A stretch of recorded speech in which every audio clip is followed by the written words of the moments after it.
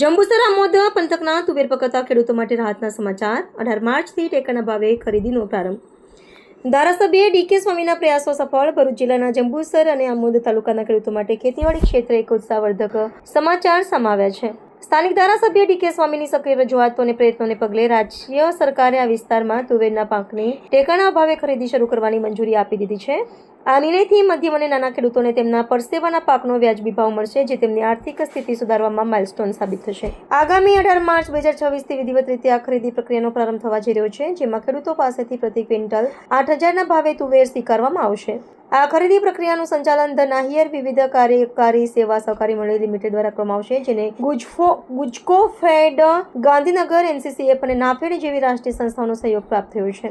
ખેડૂતોની સંસ્થાઓનો સહયોગ પ્રાપ્ત થયો છે। ખેડૂતોની સુવિધા માટે જંબુસર ભરૂચ હાઈવે પર રેવા સુગર ફેક્ટરીની બાજુમાં આવેલા પ્લોટ નંબર એને 278 ખાતે વિશાળ ખરીદ કેન્દ્ર ઊભું કરવામાં આવ્યું છે।